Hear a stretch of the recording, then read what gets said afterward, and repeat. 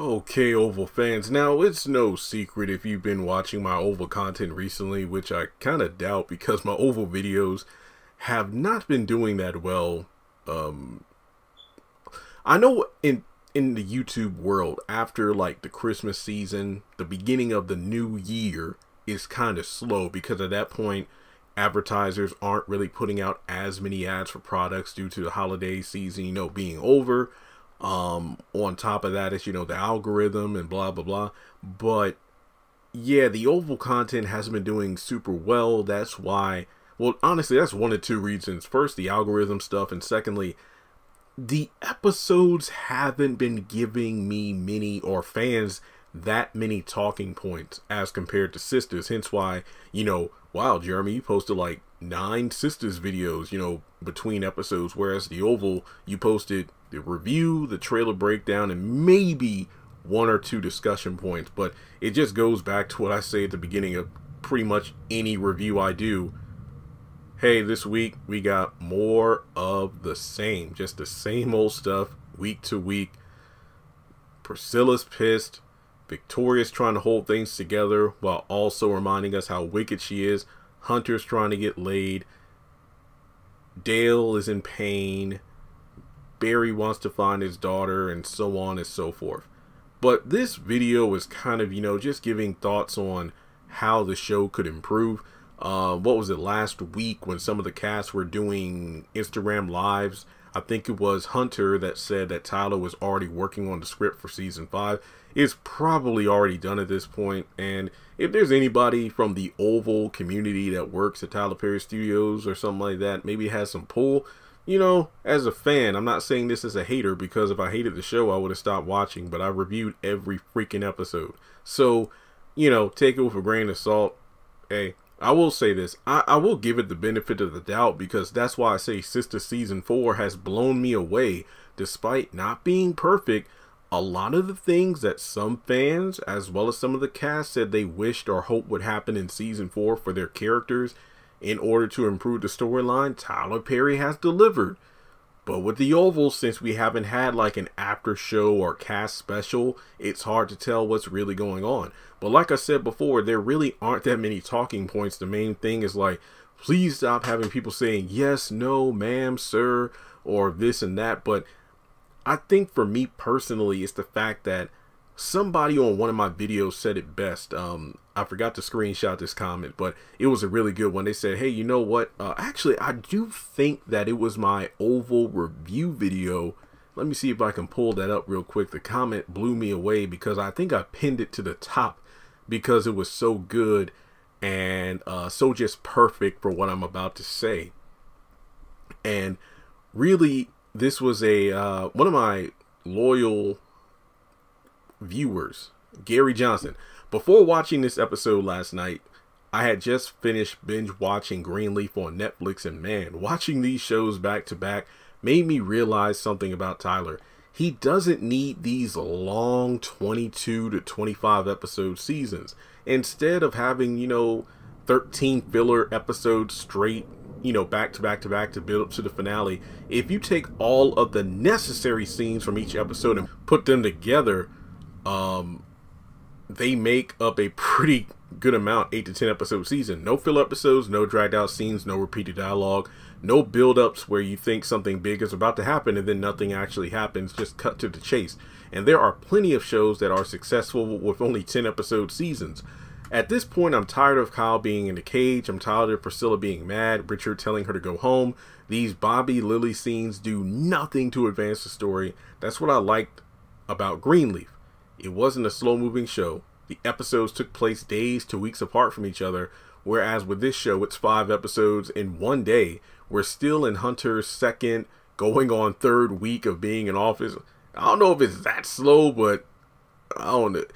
I feel like it's at least been like close to a month. But I know it hasn't been 2 months. I'll tell you that. It hasn't been even a month and a half at this point. But it is ridiculous because I feel like when it comes to Tyler, more often than not, the reason he does these long stretched out seasons is for contractual obligations with Viacom. Instead of doing,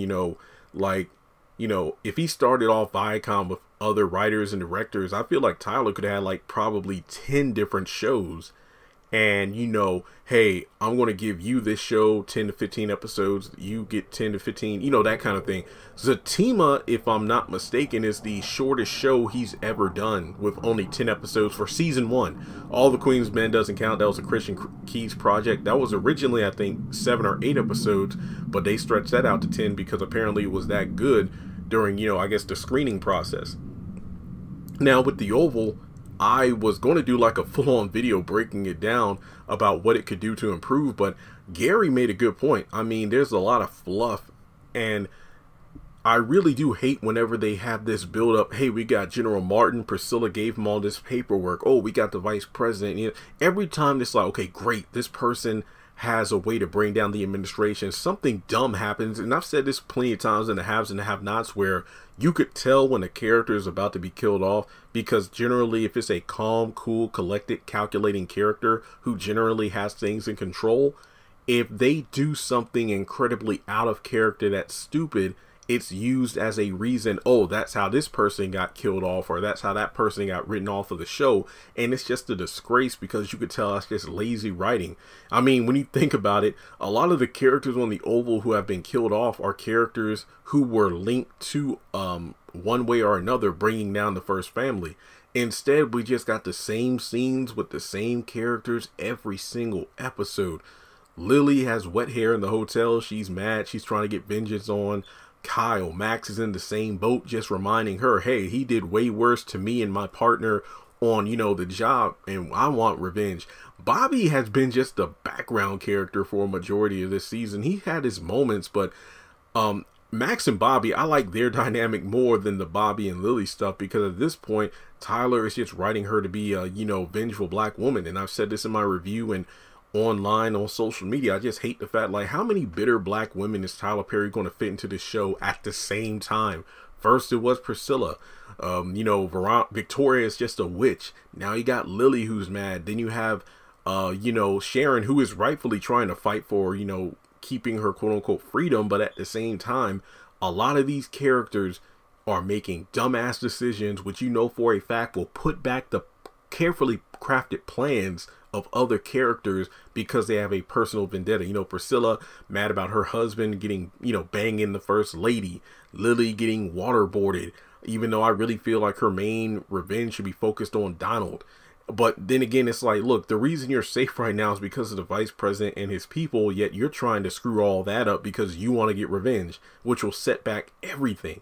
When the problem is, more often than not, the people who are making dumb mistakes, they're trying to get vengeance on one person without looking at the bigger picture of, look, we need to bring down this entire administration. You're trying to go after one bee while we're trying to take down the whole hive. Same thing with Barry trying to get his daughter from the Rakadushi. You know, his daughter, unfortunately, is one of many people or kids stuck in there.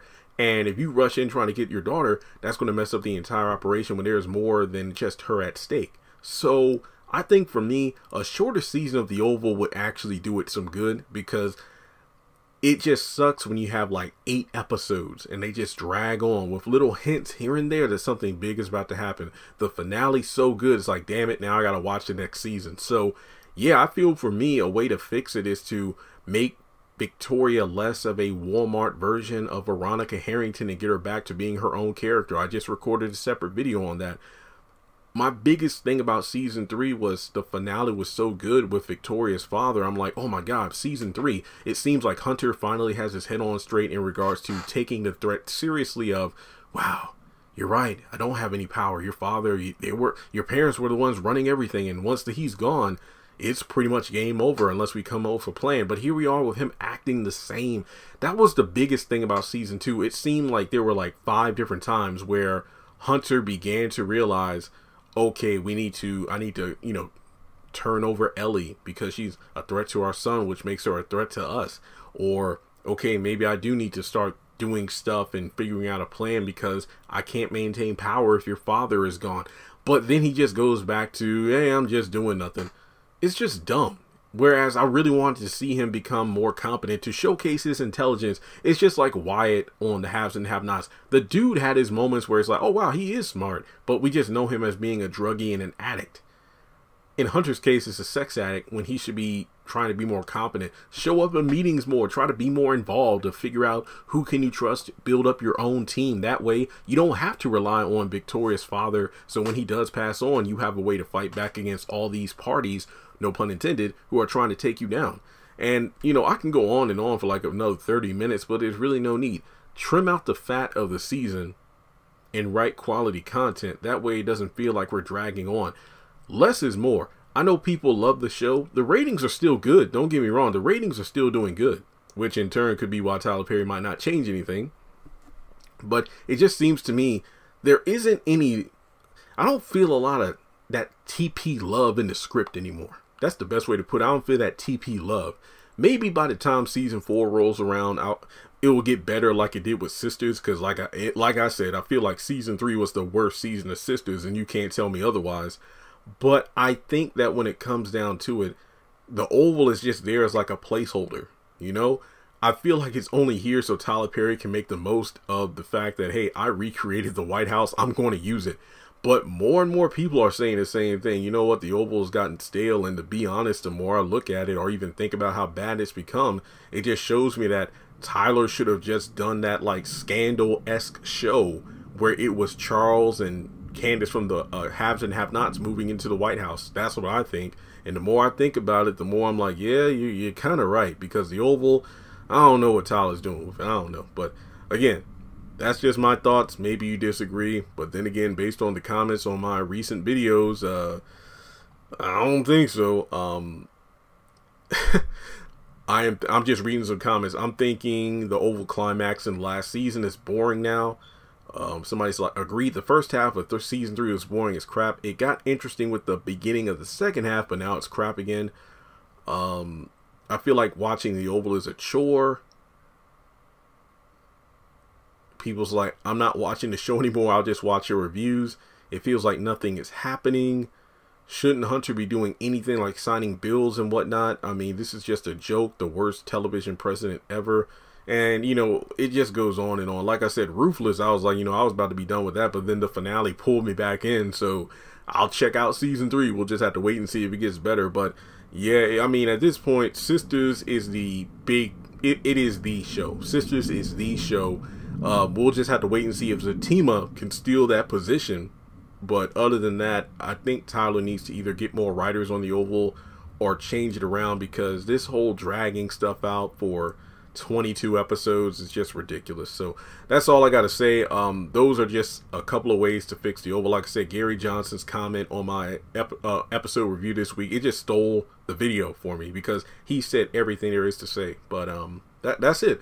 So make sure you take a moment to hit the thumbs up button to show you like the video, hit subscribe, and hit the bell icon and select all.